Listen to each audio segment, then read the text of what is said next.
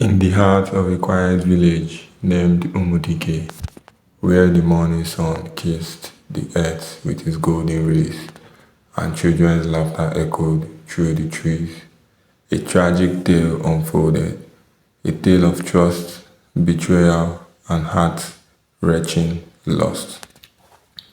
Listen closely, dear viewer, for this story holds lessons that will stir your soul and leave you an imprint on your heart. Adana was a widow and a woman of great resilience. Since the passing of her husband, she had taken it upon herself to raise her only child, Chisom, a bright-eyed girl of 12 with a heart full of dreams. Adana worked tirelessly in the village marketplace, selling cassava, yams, and woven baskets. Her dream was to ensure Chisom had an education and a life better than hers. But fate, with its cruel twists, had other plans. One fateful evening, Adana received an offer to work in the city, a rare opportunity that promised more income and the chance to save for Chisholm's school fees. However, it meant leaving the village for months. Adana faced a dilemma. Who would care for Chisom in her absence? Her brother, Uncle Azubike, stepped forward, offering to look after the girl. She is my blood, Azubike assured her, his voice laced with sincerity. You have nothing to worry about, Adana. Trusting her brother, Adana left Chisom in his care and departed for the city, carrying hope and determination in her heart. Uncle Azubike was not the man he pretended to be.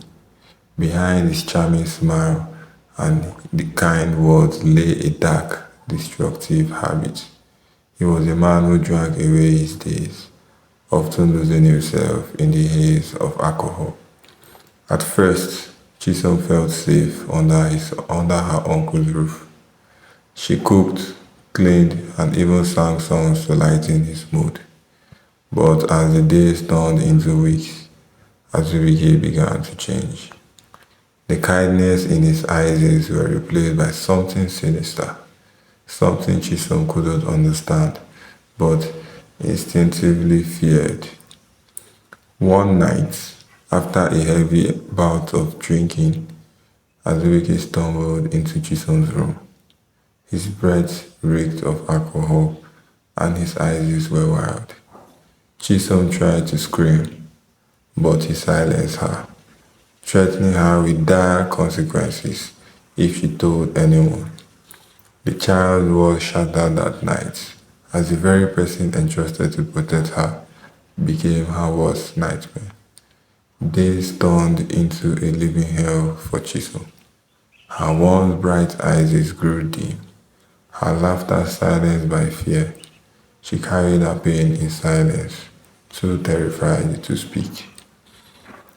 When Chisom discovered she was pregnant, her young mind couldn't comprehend the gravity of her situation.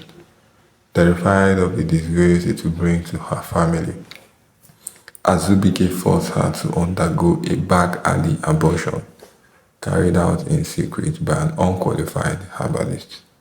The procedure left Chisom weak and in constant pain. Her small body couldn't bear the trauma, and her health deteriorated rapidly. In her final days, she mustered the strength to write a letter to her mother, a letter that would unveil the horrors she had endured. Adana returned to the village months later, excited to reunite with her daughter, but the house was silent. The laughter that once greeted her was gone. Instead, she found Chisholm's lifeless body, laid on a small mat, her frail hands clutching a piece of paper. Tears streaming down her face, Adana unfolded the letter. In shaky handwriting, her daughter wrote, "Mama, I miss you every day. I wanted to tell you what happened, But Uncle Azubike said he will hurt us if I did. He hurt me, Mama. He hurt me in ways I can't say.